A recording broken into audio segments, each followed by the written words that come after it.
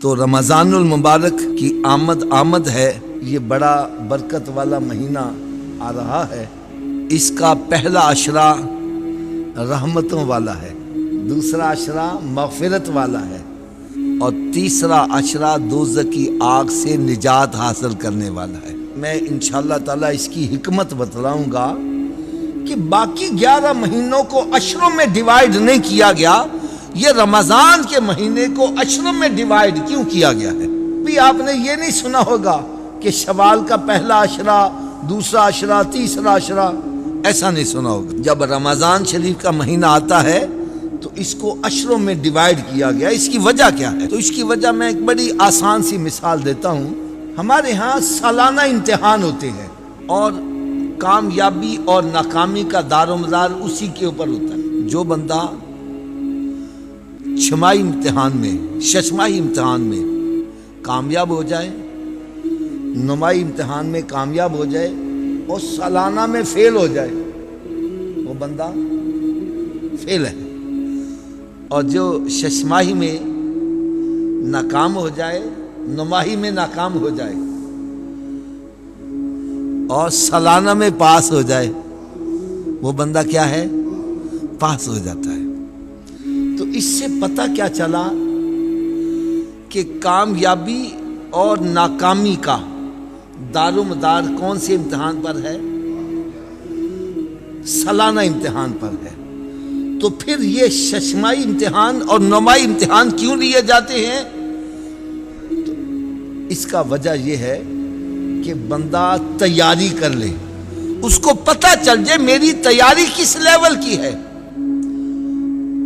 اگر ششماہی میں وہ کمزور ہے، ایک تو اس کو امتحان دینے کی عادت پڑ جائے، دوسرا یہ ہے کہ اس کو اپنی کمزوری کا پتہ چل جائے گا، وہ ان سبجیکٹس میں زیادہ محنت کرے گا،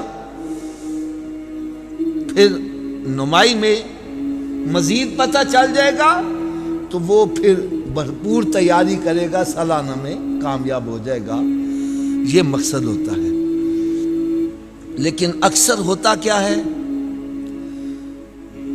بچے سمجھتے ہیں، اسٹوڈنٹس ہی سمجھتے ہیں کہ کامیابی اور ناکامی کا دار و مدار تو سالانہ امتحان پر ہے، لہذا سال کے جو ابتدائی مہینے ہیں اس میں ذرا آوارہ گردی کر لیتے ہیں، سیر و تفریح کر لیتے ہیں، اور جب سالانہ امتحان قریب آئے گا تو 2-3 مہینے پہلے تیاری کر کے، محنت کر کے ہم پاس ہو جائیں گے۔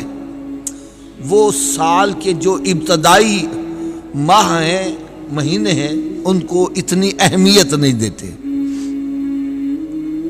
اسی طرح اگر رمضان المبارک کے مہینے کو عشروں میں ڈیوائیڈ نہ کیا جاتا تو بندہ یہی سمجھ رہا ہے ٹھیک ہے یار رمضان آیا ہے تو میں آخری ایام میں روزے رکھ کے رب کو راضی کر لوں گا، رمضان کو راضی کر لوں گا۔ وہ ابتدائی دنوں کو اہمیت نہیں دے گا۔ اور اس کو میں ایک اور آسان طریقے سے اگر سمجھا دوں، ہمارے ہاں امتحان کا ایک اور سلسلہ چل رہا ہے۔ ایک تو سالانہ امتحان ہوتے ہیں، ایک اور سیمیسٹر سسٹم میں 3 ماہ کے بعد امتحان ہوتے ہیں، 6 ماہ کے بعد امتحان ہوتے ہیں، اور اس کی کامیابی یہ سالانہ امتحان میں کامیابی کنسیڈر کی جاتی ہے۔ یہ سیمیسٹر سسٹم کیوں شروع کیا ہے؟ تاکہ 3 مہینے کے بعد جو امتحان ہونے والا ہے اس کو پتا چلے کہ بھائی یہ سالانہ امتحان میں کاؤنٹ ہوگا، تو وہ پھر محنت کرتے ہیں، وہ اپنے سال کو ضائع نہیں کرتے۔ پھر 6 مہینے کے بعد پھر سیمیسٹر سسٹم کا امتحان ہو رہا ہے، وہ پھر اس میں محنت کرتے ہیں۔ اس طرح بچہ سارا سال وہ محنت کرتا رہتا ہے، وہ اپنے آپ کو ایزی نہیں سمجھتا، وہ کوئی مہینہ ضائع نہیں جانے دیتا۔ اسی لیے یہ سیمیسٹر سسٹم کا نظام شروع کیا ہے۔ تو اسی طرح سمجھو کہ اللہ رب العزت نے یہ رمضان المبارک کے مہینے کو 3 عشروں میں ڈیوائیڈ کر دیا کہ پہلا عشرہ جو ہے وہ رحمت والا ہے، تاکہ ہر بندہ سمجھتا ہے میری بخشش ہوگی کہ رب کی رحمت کے صدقے ہی ہوگی. تو فرمایا اے رحمت کے طلبگاروں، یہ رمضان کا پہلا عشرہ رحمت والا ہے. اب ذرا کمر کس لو، یہ پہلا عشرہ آ رہا ہے، اس کو ضائع نہیں کرنا، اس سے بھرپور فائدہ اٹھانا ہے. اب بندہ محنت شروع کر دیتا ہے. 4-5 روزے گزر جاتے ہیں، پھر دل میں احساس ہوتا ہے جو صحیح حق تھا عبادت کا وہ تو میں ادا نہیں کر سکا، اب چند دن رہ گئے، میں اور زیادہ تیزی کروں، اور زیادہ نیکیاں کروں، اور زیادہ اپنے آپ کو گناہوں سے بچاؤں. پھر جب پہلا عشرہ گزر جاتا ہے، پھر بندہ اپنے نامہ اعمال کی طرف دیکھتا ہے اور کہتا ہے مالک مولا، جو عبادت کرنے کا حق تھا وہ میں ادا نہیں کر سکا. دوسرا عشرہ مغفرت کا ہے. اب مغفرت کی کس کو ضرورت نہیں ہے؟ ہر بندہ چاہتا ہے میری بخشش ہو جائے. قرآن مجید فرقان حمید میں رب تعالیٰ نے ارشاد فرمایا وَمَا أَصَابَكُم مِّن مُّصِیبَةٍ فَبِمَا كَسَبَتْ أَیْدِیکُم وَیَعْفُو عَن کَثِیر، کہ بندے کو جو بھی مصیبت آتی ہے، تکلیفیں آتی ہیں، اس کے اعمال کی وجہ سے آتی ہیں. تو فرمایا دوسرا عشرہ ہے ہی مغفرت کا. اے مغفرت کے طلبگاروں، دوسرا عشرہ آ رہا ہے. اب ذرا کمر بستہ ہو جاؤ، تیاری کر لو. اس میں جو عبادت کرے گا رب تعالیٰ اس کو اس طرح گناہوں سے پاک کر دے گا جیسے وہ ابھی ماں کے پیٹ سے پیدا ہو. اب دوسرا عشرہ 5-6 دن گزر گئے، پھر بندہ سوچتا ہے یار میں جو حق تھا وہ تو ادا نہیں کر سکا، چلو اور زیادہ محنت کرتے، اور زیادہ محنت کرتے. اب دوسرا عشرہ بھی گزر گیا، پھر بندہ سوچتا ہے یار 2 عشرے گزر گئے، جو عبادت کا حق تھا وہ تو میں ادا نہ کر سکا، اب آخری عشرہ آ گیا ہے. اور آخری عشرہ یہ دوزخ کی آگ سے نجات حاصل کرنے والا عشرہ. آج ہم یہ سوچیں ایک جلتی ہوئی سگریٹ پر ننگا پاؤں آ جائے، ہم ایک دم اچھل پڑتے ہیں. سگریٹ کی آگ ہم نہیں سہ سکتے، دوزخ کی آگ کیسے برداشت کریں گے جو دنیا کی گرم ترین آگ سے بھی 70 گنا زیادہ گرم آگ ہے، وہ کیسے برداشت کریں؟ تو فرمایا اگر دوزخ کی آگ سے نجات حاصل کرنا چاہتے ہو تو رمضان شریف کا تیسرا عشرہ آ رہا ہے، تیار ہو جاؤ. اور بلکہ رمضان المبارک کے تیسرے عشرے کو تو اتنی اہمیت دی گئی ہے کہ سارا مہینہ گزر گیا ہے، یہ آخری عشرہ رہ گیا ہے. اور اگر رب کو راضی کرنا ہے تو آؤ، دنیا کے کام کاج کو چھوڑو، رب کے گھر میں مہمان بن جاؤ، اعتکاف کر لو تاکہ کوئی لمحہ تیرا عبادت سے غافل نہ جائے. اعتکاف کیا جاتا ہے.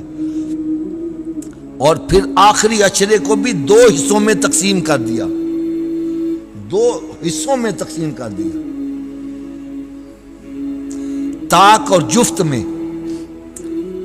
قرآن مجید فرقان حمید میں رب تعالیٰ نے ارشاد فرمایا لیلۃ القدر خیر من الف شہر، لیلۃ القدر 1000 مہینوں سے بھی افضل ہے. ادھر فرمایا شہر رمضان الذی فی انزل فی القرآن، رمضان کا مہینہ جس میں رب نے قرآن نازل کیا. اور ادھر فرمایا انا انزلناہ فی لیلۃ القدر، ہم نے لیلۃ القدر میں قرآن کو نازل کیا. تو اس سے پتہ چلا دونوں آیتوں کو اکٹھا کریں تو پتہ چلے گا لیلۃ القدر رمضان المبارک میں ہی ہے. تو میرے آقا صلی اللہ علیہ وسلم نے اس رات کی تلاش کے لیے پورے مہینے کا اعتکاف کیا. فرمایا میرا امتی پورے مہینے کا اعتکاف کرنا اس کے لیے مشکل ہوگا، رات کو تلاش کرنا میں اپنے امتی کے لیے آسانی کر دوں. سرکار صلی اللہ علیہ وسلم نے پہلے عشرے کا اعتکاف فرمایا اور پھر فرمایا جس رات کی تلاش میں نے اعتکاف کیا وہ پہلے عشرے میں نہیں ہے. دوسرے عشرے کا اعتکاف فرمایا؟ فرمایا جس رات کی تلاش میں نے اعتکاف کیا وہ دوسرے عشرے میں بھی نہیں ہے۔ پھر تیسرے عشرے میں اعتکاف فرمایا تو میرے آقا صلی اللہ علیہ وسلم نے فرمایا وہ لیلۃ القدر آخری عشرے کی تاک راتوں میں تلاش کرو۔ 21، 23، 25، 27 یا 29 یہ تاک راتیں ہیں۔ ایک رات کیوں نہ بتلا دی گئی؟ ایک ہی رات بتلا دیتی، ہم نے اسی رات جاگ کے ٹھنڈے ہو کے بیٹھ جانا تھا۔ فرمایا رمضان کی تو ہر رات ہی لیلۃ القدر رات، لہذا اس کی تلاش میں پہلے تم دن میں عبادت کرتے تھے، اب راتوں کو بھی جاگو، اس لیے کہ رمضان جدا ہو رہا ہے، رمضان جدا ہو رہا ہے۔ یہ اہمیت اجاگر کرنے کے لیے اللہ تبارک و تعالیٰ نے رمضان المبارک کے عشرے، اس کو عشروں میں ڈیوائیڈ کیا ہے تاکہ بندے کے دل میں احساس پیدا ہو کہ یہ جو رمضان آ رہا ہے بڑا ہی برکت والا ہے، اس کے دن کے اندر بھی برکتیں ہیں، رات میں بھی برکتیں ہیں۔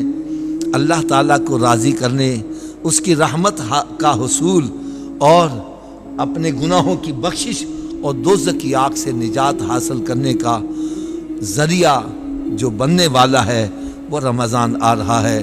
اللہ تعالیٰ سے میں دعا کرتا ہوں اللہ تعالیٰ ہم سب کو رمضان المبارک کا صحیح معنوں میں ادب و احترام کرنے کی توفیق عطا فرمائے۔